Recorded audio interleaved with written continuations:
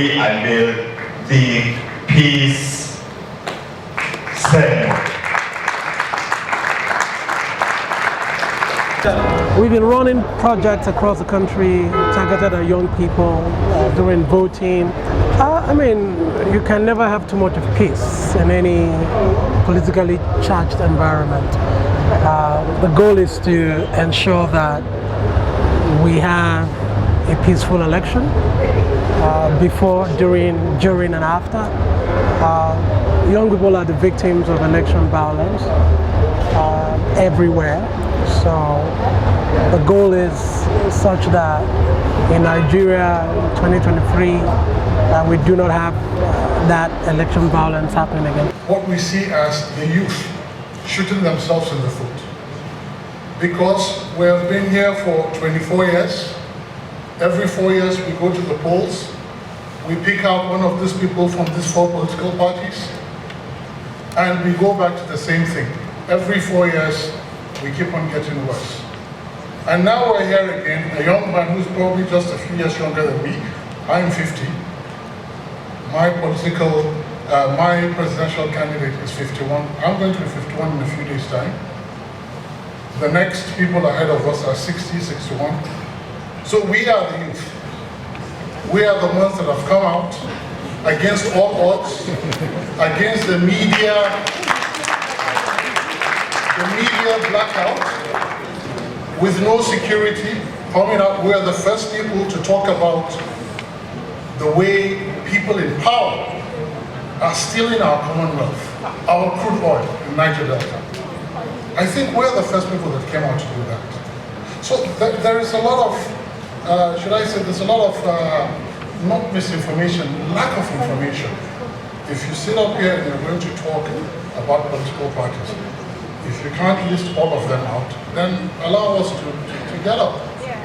But we came here out of respect for this organization, because we believe that yes, indeed, the youth are the future. We are the future of Nigeria. If you look at those people that are conducting elections, majority of them are youth. If you look at those people that are supposed to be securing the elections, majority of them are youth. So the conduct and integrity of these elections rests on the shoulders of the youth. Why do you want to keep on elevating people who should be retired and resting to come and still continue to remain in the political space? Oh no, no, they're tired. We watch them on TV, insulting each other, embarrassing us. All over the world, people that run from their country and stay in foreign lands and just basically insult our intelligence. We are trying to make a better country. There is no way that we can keep on saying that, look, we want to change this country, and we keep on doing the same thing over and over again. It doesn't work that way. It's always been about peace and progress. If you can recall the history 30 years ago, with the situation in the country, late MK Abiola came out with the slogan, "Farewell to poverty." Now, after 30 years, this poverty has given birth to insecurity. So our slogan is now, "Farewell to poverty and insecurity." And the issues are really very simple. What are the things that create this multidimensional poverty that everybody is talking about? That our people don't have jobs. They are not included in the economic activities of Nigeria. They don't have shelter. They don't have adequate health care. They don't have access to electricity. And most of all, we don't have security right now. So everything has broken down. So yes, we're trying to push for a situation whereby we can reverse this trend, because it's only when we reverse this trend that we can actually organize ourselves as Nigerians and take our proper place on the African stage. National Rescue Movement, actually what we stand for is peace.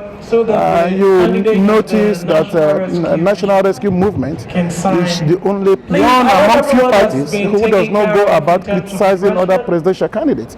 So for us, we stand for peace, and that is what we preach all the time. And amazingly, even in our party, we have more youths as in high school and even the candidates. So this is for us, for me, this is key, and this is what we have been praying for. Today's event is a flash for the youth to wake up for development. It's a flash for youth to wake up in promoting peace, as a flash for the youth to wake up for promoting continuous unity in our respective domain and in Nigeria at large. The election will make Nigeria to be a better nation for all of us. And at the grassroots level, His Royal Majesty, our leader, the owner of Abaji, always caution and call attentions of youth and other respective community leaders to be free, violent before, during, and even after the 2023 election, because he believes that it is under this basis of sustainable development that peace can be maintained. As he always said, that the youth are the mechanism for sustainable peace and advancement of any kind.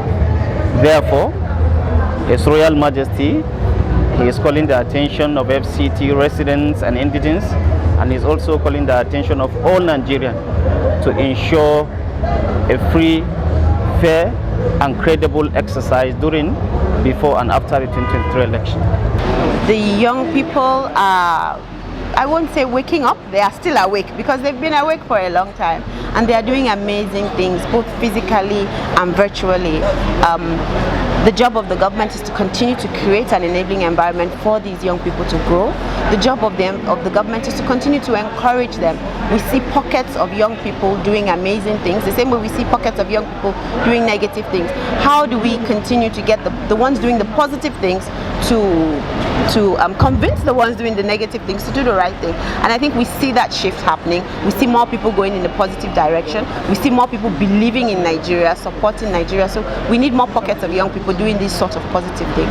Nigeria belongs to each and every one of us. It does not belong to the elite few. It belongs to us.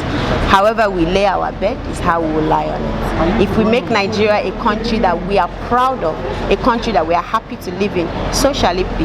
If we destroy it, so shall it be. The future belongs to all of us. That a peaceful country is all that we desire, and that anything that goes to the contrary is something that is going to impact on each and every one. So peace is, peace should be, peace must be. Everyone must be committed to ensuring that we have an election that is peaceful. And the only way to do it is for us all to be good ambassadors of ourselves.